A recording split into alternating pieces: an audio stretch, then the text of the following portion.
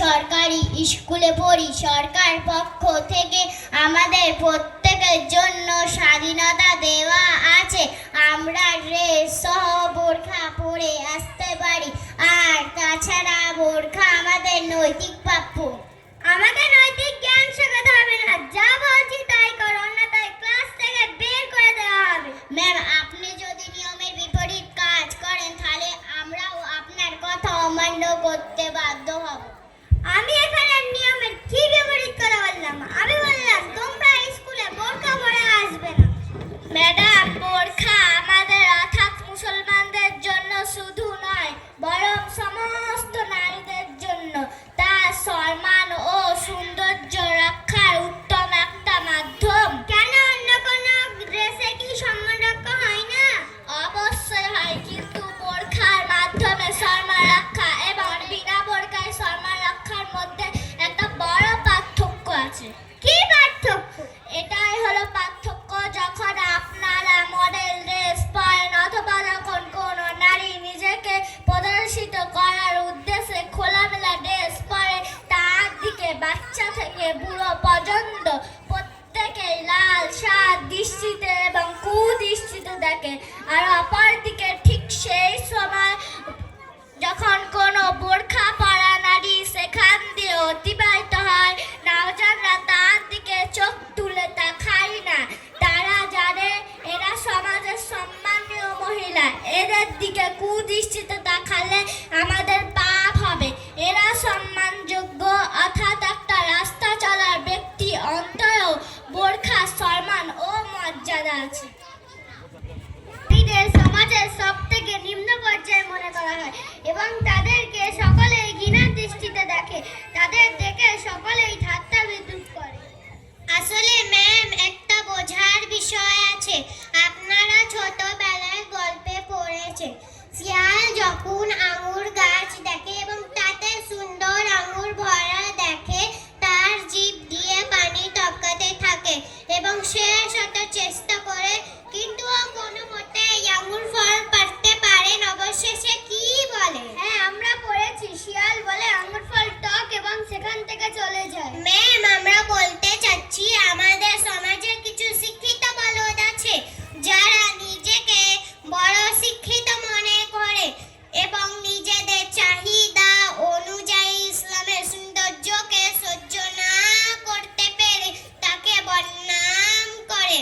যেহেতু তারা সেখান থেকে নিজেদের ইচ্ছার মতো কিছু পাচ্ছে না, তারা চায় শয়তানের অনুসরণ করে নারীদের দিকে ফেলিয়ে তাকে তাদের ইজ্জত দেখবে।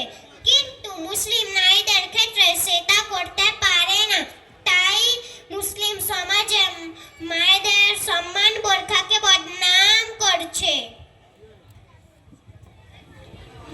ম্যাম, আপনারা কি কখনো দেখেছেন কোনো বোরখা পরা নারী অসামাজিক কোনো কাজ করছে, তার অসভ্য মূলক কাজে লিপ্ত হয়েছে?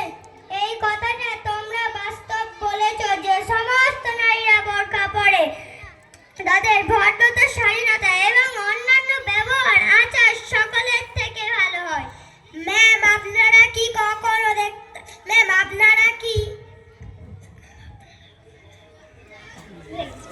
আমাদের সমাজে এমন কিছু নিয়ম তৈরি করা হয়েছে যে মেয়েরা কোনো কলেজ, ইউনিভার্সিটি, পার্টি ইত্যাদিতে বোরখা পরে যেতে পারবে না। তারা নারীদের সৌন্দর্য উপভোগ করতে চায়। তারা চায় নারীরা বস্ত্রহীন হয়ে ঘোরাফেরা করুক। এটা তো এক প্রকাশ পাশ্চাত্য যুগের দুর্নীতি আমাদের সমাজে বিস্তার লাভ করেছে, আর আমরা সেটাকেই ফ্যাশন ও মডেল মনে করছি। তবে আজকে আমি তোমাদের কথা থেকে প্রভাবিত হলাম যে মেয়েদের পর্দা করা উচিত। জি ম্যাম, বিশ্ববাসীর হেদায়েতের মুকুট আল কুরআনের সূরা আহজাব আয়াত নম্বর 33-এর মধ্যে আল্লাহ তাআলা বলেন, তোমরা তোমার বাড়ির ভেতরে অবস্থান করো এবং মূর্খতা যুগের মতো নিজেকে প্রদর্শন করো না।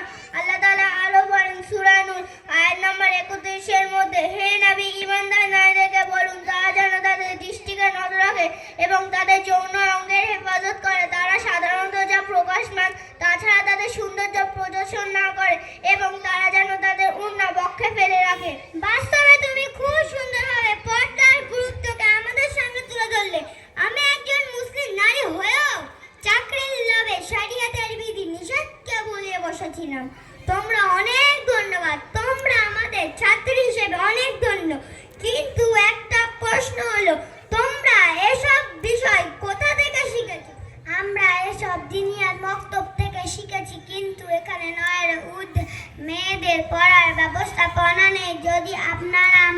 গার্জেনদের কাছে আবেদন করেন, তাহলে ওনারা ব্যবস্থাপনা করতে পারেন। সম্মানীয় এলাকাবাসী বৃন্দ,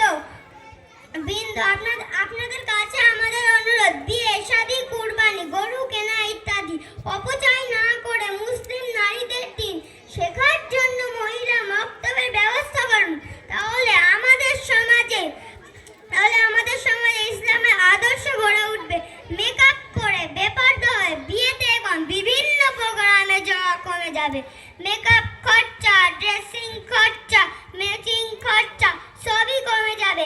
একটা সুন্দর সুষ্ঠু পরিবেশ গড়ে উঠবে।